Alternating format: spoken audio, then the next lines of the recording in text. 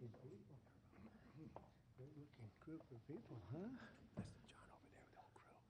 Hi. Congratulations. Well, thank you very much, everybody. This is a very important day.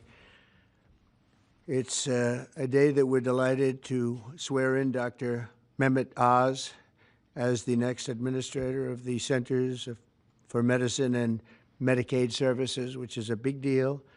Congratulations to Dr. Oz and his beautiful wife, Lisa, and their friends and family on this really incredible achievement.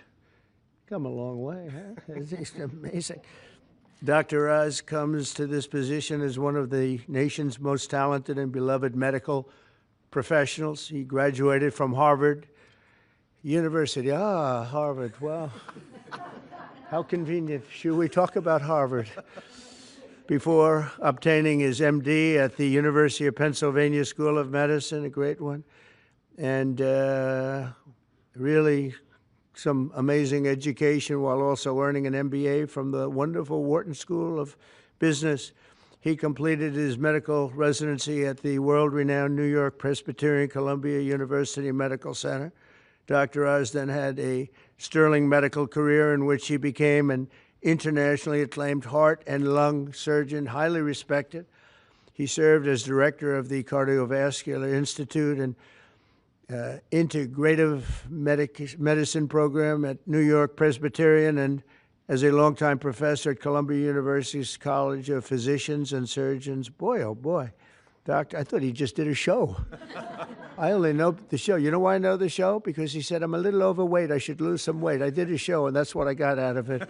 That was not good, but I'm looking at all of this other. This is very impressive. Dr. Oz authored more than 400 contributions to academic and scientific publications and holds several patents for technologies that revolutionize cardiovascular surgery. And Dr. Oz later translated his experience into an extraordinarily successful television career, making him one of the most trusted voices on healthcare. And he also got very high ratings, I can tell you that. He did great with the television thing. As CMS Administrator, Dr. Oz will work tirelessly to strengthen and protect Medicare for our nation's seniors and Medicaid for the needy. Just as I promised, there will be no cuts. We're not going to have any cuts. We're going to have only help. Dr. Oz will work to improve the quality of care for decades to come, and he'll ensure that criminals, fraudsters, and illegal aliens are not permitted to rob America's seniors. They are trying, but they're not going to get away with it. He will also work alongside Secretary of Health and Human Services, Robert F. Kennedy, Jr. I've heard of him. He's a pretty famous guy. He's doing a great job, too, to address the crisis of chronic illness and to make America healthy again. So I want to just thank Dr. Oz, and because this is a big commitment he's making. He has a lot of options, and this is a big, big commitment. And I want to congratulate you and your family on really an amazing life, and I think this is going to be by far the most important part of an already incredible life. So thank you very much. God bless you. Thank you, my friend. Thank you very much. Take care of yourself. Congratulations. It's amazing. Congratulations. Wow. What a job, huh? Are you ready, Bobby? I sure am. Let's do it. You put your hand on the Bible, your left hand, and raise your right hand. And repeat after me. I, Mehmet Oz, do solemnly swear I, Mehmet Oz, do solemnly swear that I will support and defend the Constitution of the United States that I will support and defend the Constitution of the United States against all enemies, foreign and domestic, against all enemies, foreign and domestic, that I will bear true faith and allegiance to the same, that I will bear true faith and allegiance to the same, that I take this obligation freely that I take this obligation freely, without any mental reservation without any mental reservation or purpose of evasion, or purpose of evasion, and that I will well and faithfully and that I will well and faithfully discharge the duties of the office on which I am about to enter. discharge the duties of the office upon I'm about to enter. So help me God. So help me God. God bless you. Congratulations. Thank you, brother.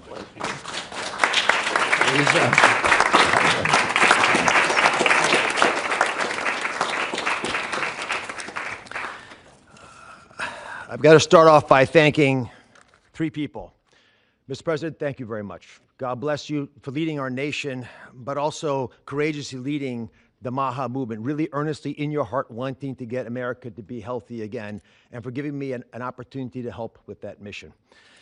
Secretary Kennedy has been leading the charge at Health and Human Services. A dear friend, like a brother, has done unbelievably courageous work because he's curious and he's started answering a lot of important questions. And I will treasure for the rest of my days your trust in me to help you with this progress. Thank you. And of course, Lisa, the family, but Lisa in particular, who's had an uncanny ability to identify opportunities and to always keep a clear North Star to keep our family grounded. God bless you, my beautiful one.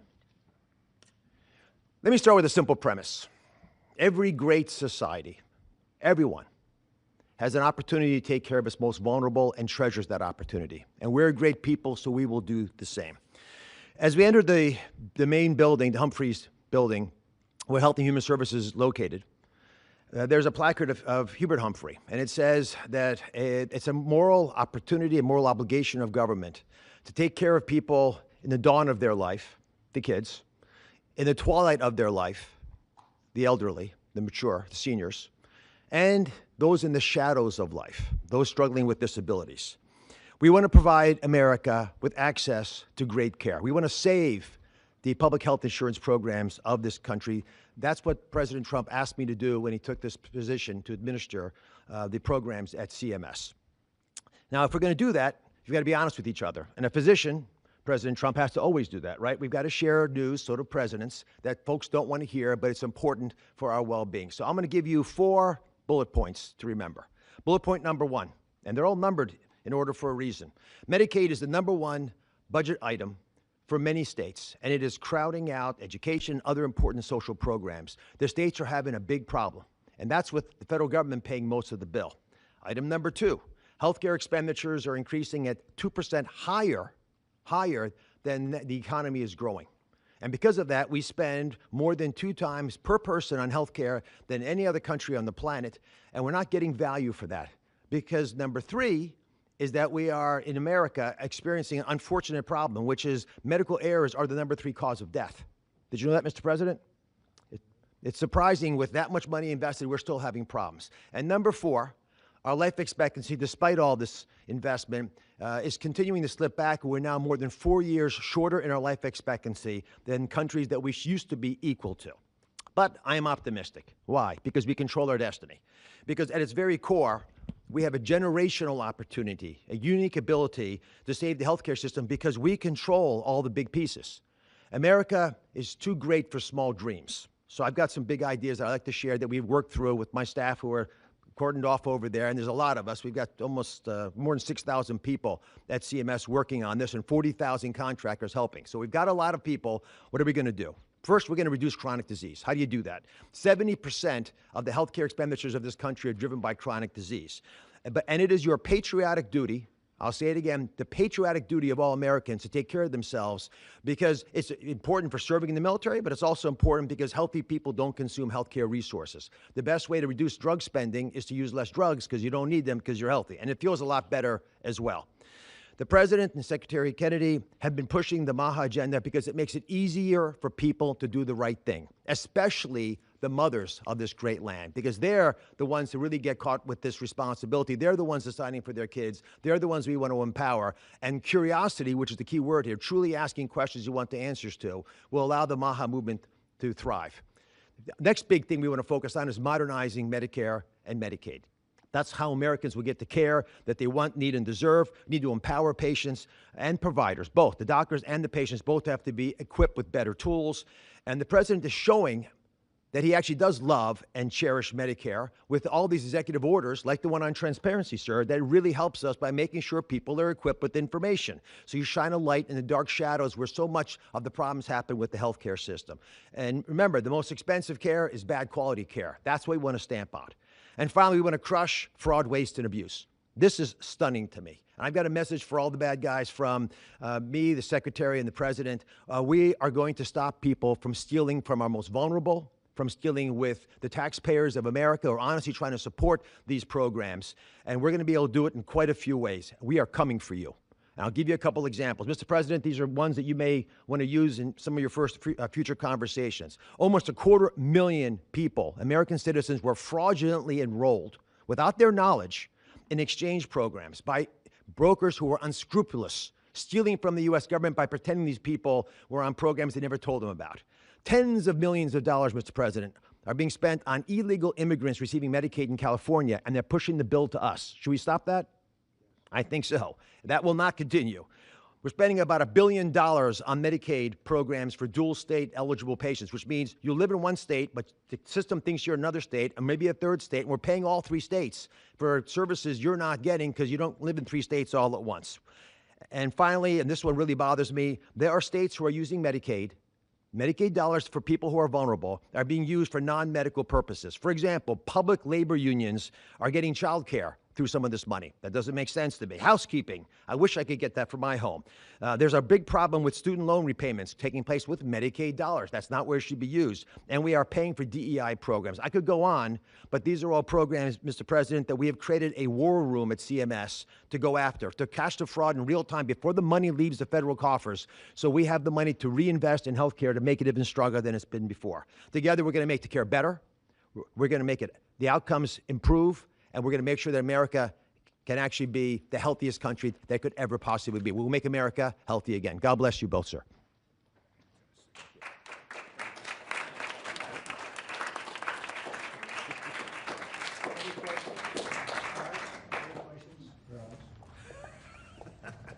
Okay. Mr. President, Marco Rubio said, Easy.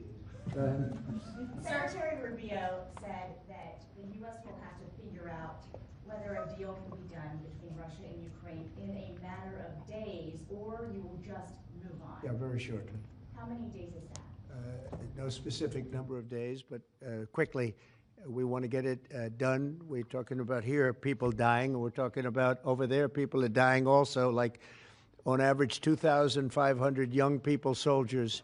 They're not from America. They're not from anywhere else other than Ukraine and Russia, but we want to save these lives. So it's 2,500 a week are being killed in battle. It's a vicious battle with the best equipment, the best everything, and it is brutal.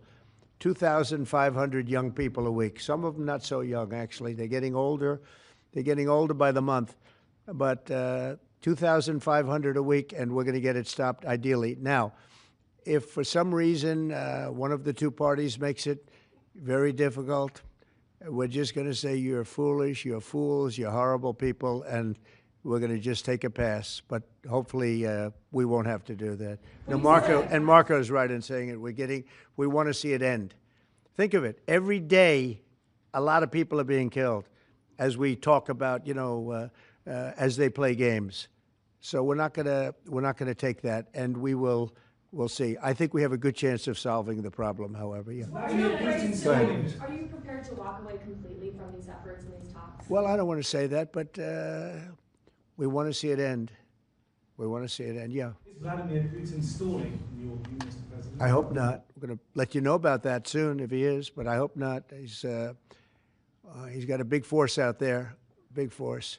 It's a war that should have never happened. It would have never happened if I was president. That's a war, and it didn't happen for 4 years. That's a war that should have never happened. October 7th, Israel would have never happened. Iran was broke, and now we'll see what happens with Iran. We have a lot of them out there. We have a lot of things that we're working on right now that shouldn't have happened, none of it. Ukraine would have never happened with Russia.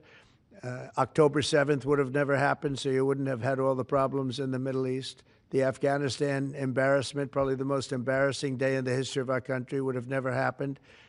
Inflation would have never happened. By the way, prices are down. Groceries are down. Eggs, which you hit me so hard, I'll never forget the first week in office, they were screaming at me about eggs. I said, what's going on with eggs? They were doubling and tripling. I said, I just got here. They were up like double, triple, and you couldn't get any. They said, you won't have eggs for Easter. Well, you can have all the eggs you want. I'll tell you, Brooke Rollins, Secretary of Agriculture, did a great job. And the egg prices are down 87%. But nobody talks about that. You can have all the eggs you want. We have too many eggs. In fact, if anything, the prices are getting too low. So I just want to let you know, prices are down. Gasoline yesterday in 3 states hit $1.98 a gallon. And it looks like it's at a level that it hasn't seen since my days, my 4 years. So it's about I'd say maybe, I think we're going to be averaging $2.25 very soon. So I just want to let you know, though, because I keep hearing about prices and inflation. Prices are coming down, not going up. Only the fake news says they're going up. The only thing that's even are interest rates. And if we had a Fed chairman that understood what he was doing, interest rates would be coming down too. He should bring them down. Yeah, please. Mr. President, what do you need to see from both sides in order to keep negotiations going? What do you want to see from Russia and Ukraine? I have to see, my whole life has been one big negotiation, and I know when people are playing us, and I know when they're not, and I have to see an enthusiasm to want to end it. And I think I see that enthusiasm. I think I see it from both sides. Do you think Russia's But you're going to playing know soon. Do you think Russia's playing you? No, nobody's playing me. I'm trying to help. This was Biden's war. By the way, by me getting involved, they'll say, oh, Trump. This is not Trump's war. This is Biden. This is a war that should have never happened. Okay? Think of it. Those cities are crushed and crashed, and all those beautiful steeples, the most beautiful in the world, actually considered the most beautiful in the world, most of them are now smashed to smithereens, as they say, and lying on the ground in a million pieces. Those towns are crushed, the whole place. It's so horrible. And millions of people are dead, far more than you think. That's one thing you're going to get out of this war. You're going to find out that your estimates are far lower than, it's far worse than people think. Nobody's playing anybody. We are going to see if we can get it done. I think we have a really good chance of getting it done, and it's coming to a head right now. If you do support Ukraine militarily, Say it? if you do decide to move on and take it past, Mr. President, would you then continue to support Ukraine? Well, I'm not going to say that because I think we're going to get it done. Here's a group of Venezuelan men down in Texas who have been alerted that they are soon going to be deported under the Alien Enemies Act. Have you authorized that operation? I don't know about the group you're talking about, but if they're bad people, I would certainly authorize it, yeah. I won an election in a landslide. We won all 7 swing states. We won by millions of votes. We won 2,750 districts to 505 districts, 2,750 to 505. That's why the map, when you look at it, is all red. And one of the biggest reason, I think the biggest single reason, actually, I'd like to say it's because of this, because I think they're going to come up with things that are incredible. But probably the biggest reason was because of the border and because of illegal immigration. And the people of this country want those people out.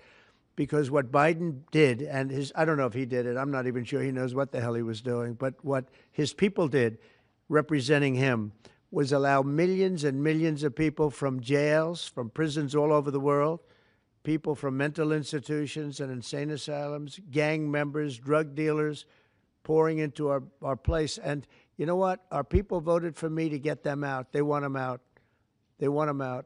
And we've done a hell of a job. And by the way, Ecuador and various places, but El Salvador, we've been helped by a lot of other states where they're helping us, actually, because you couldn't look. What this man was thinking when they allowed open borders and people to come in, if you look at Venezuela, their crime is down by 72%. You know why? They took all their criminals off the street. They took all their prisoners from jail. They took murders. 11,088 murderers were released into our country. Bad things are going to happen. Bad things. And we're getting them out. And that's why I was elected. A judge wasn't elected to do that. I was elected to do that. And we're doing it in record fashion. We have the safest border, the most secure border we've ever had. See the Declaration of Independence? You should all read that before you leave. That's the real deal. You should all read it before you leave. Yeah. Sir, go ahead, please. Photos have emerged of Senator Van Hollen sipping what appears to be margaritas with Ringo Garcia down in El Salvador. Do you encourage other Democrats to fly down to El Salvador to meet with this illegal alien who's an accused wife? I like this guy. See, now this is This is the kind of a reporter we like. There aren't enough of them. We got to get some more of them. But no, I appreciate that question. No, look, he's a fake. I know him. I know them all. They're all fake. And they have no interest in that prisoner. That prisoner's record is unbelievably bad. If you would go into the room, you might, if you would, Caroline, maybe go into the room and see if you can find that little slip. I wrote some things down. I don't know why you'd want to keep him, but I just we got a little biography of him. Not a very innocent guy. Yeah, please. Mr. President, in the spirit of Easter Sunday. While we're on the subject, right? So you're talking about Abrego Garcia. Is that the one? Yeah.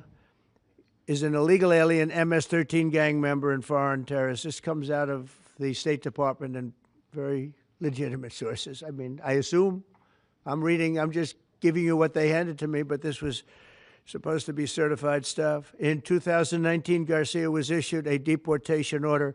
2 separate judges affirmed Garcia was a member of MS-13, which is a gang that may be even worse than Tren de Aragua, and maybe worse. They kill people with knives because it's more painful. Very famous for the knifing and killing of 2 young 16-year-old girls walking to school one day, and they sliced them up into little pieces and killed them. That's MS-13.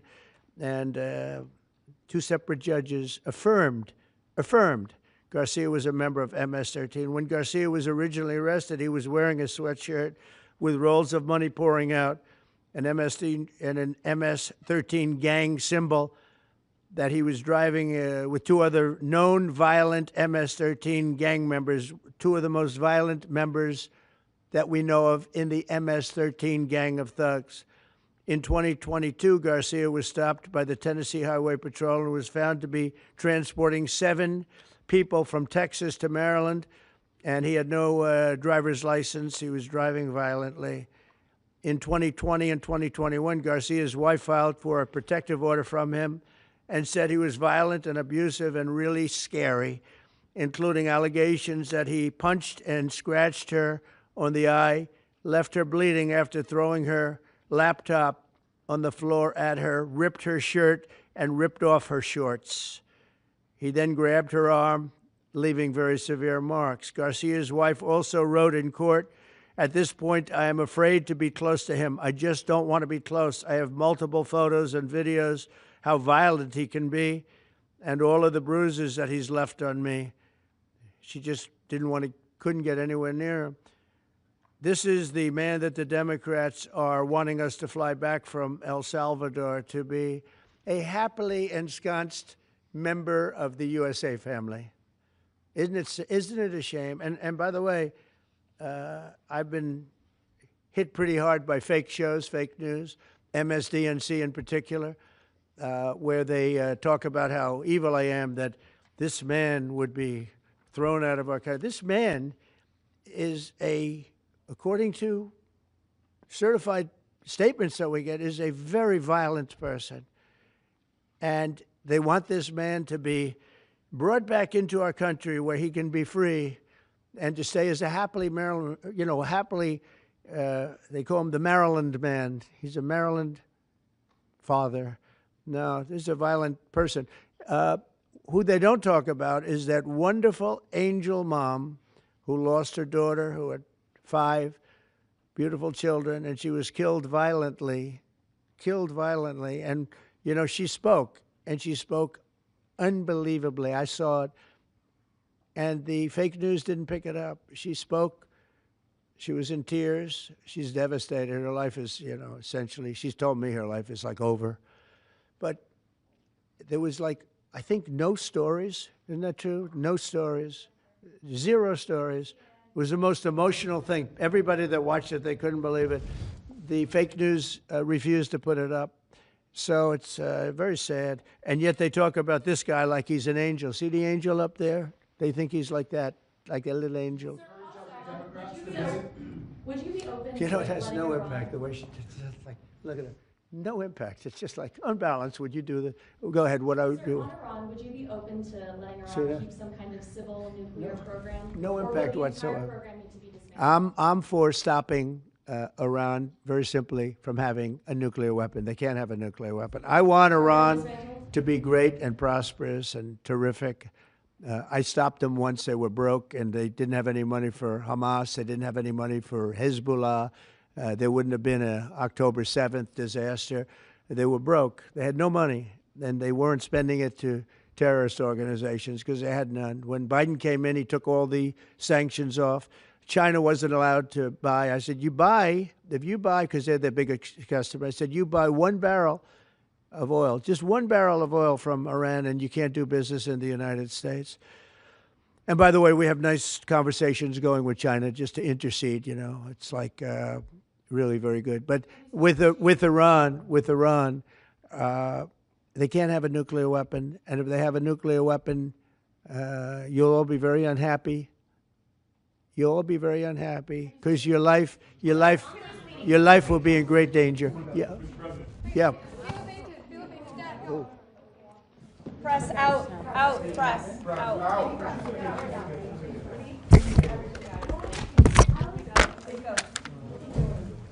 No, she's out. Out.